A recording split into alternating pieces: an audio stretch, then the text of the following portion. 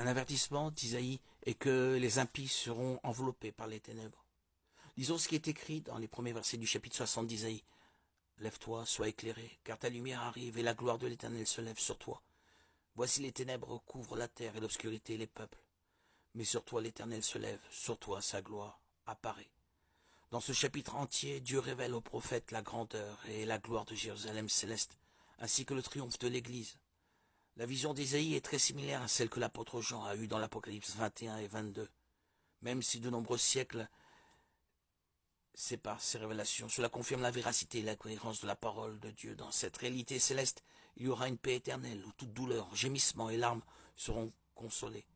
Les horreurs du passé ne les affligeront plus, car tout le règne appartiendra au Seigneur, et c'est vraiment merveilleux, chers frères et sœurs. La grandeur de cette réalité est difficile à comprendre, mais il est important de noter qu'il y a des passages qui indiquent que la situation sera différente pour ceux qui choisissent de persévérer dans le péché sans se repentir de leur œuvre. Isaïe décrit que les ténèbres les envelopperont, car le soleil et la lune n'existeront plus, et la lumière qui éclairera les enfants de Dieu viendra directement du Saint-Esprit. Nous ne savons ni le jour ni l'heure du retour de Jésus, c'est pourquoi nous devons être toujours prêts, faisant la volonté du Père, combattant le péché, résistant aux tentations du diable, car tôt ou tard, les trompettes retentiront, et ceux qui ne sont pas aux côtés du Christ seront enveloppés par les ténèbres, comme cela s'est produit avec les Égyptiens lors des 10 plaies d'Égypte.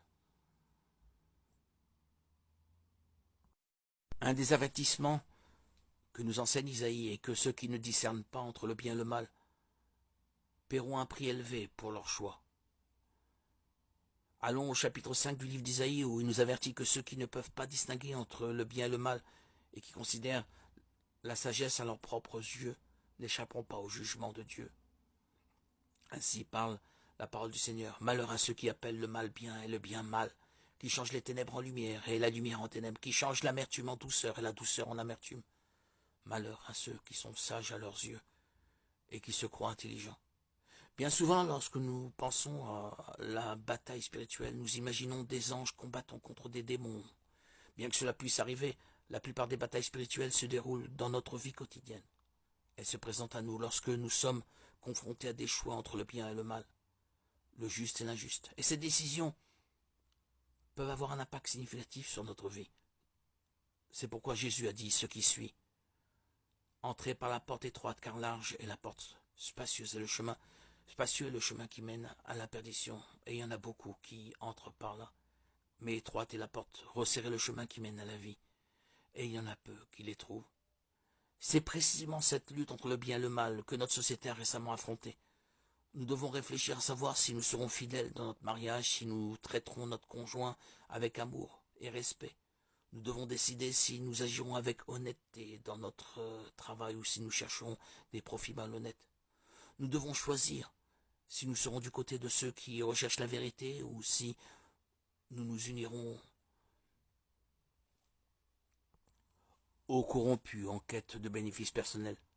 Le pire de tout, c'est lorsque nous choisissons le mauvais côté et que nous essayons encore de justifier nos décisions en disant qu'il n'y a rien de mal à cela. C'est être sage à ses propres yeux et ignorer ce que la parole de Dieu définit comme bien et mal, agissant selon les désirs de notre cœur. La Bible nous enseigne que le cœur de l'homme est trompeur et corrompu. Avant de prendre toute décision, nous devons consulter Dieu et choisir toujours la voie du bien. Sinon, nous payerons un prix élevé lorsque Jésus reviendra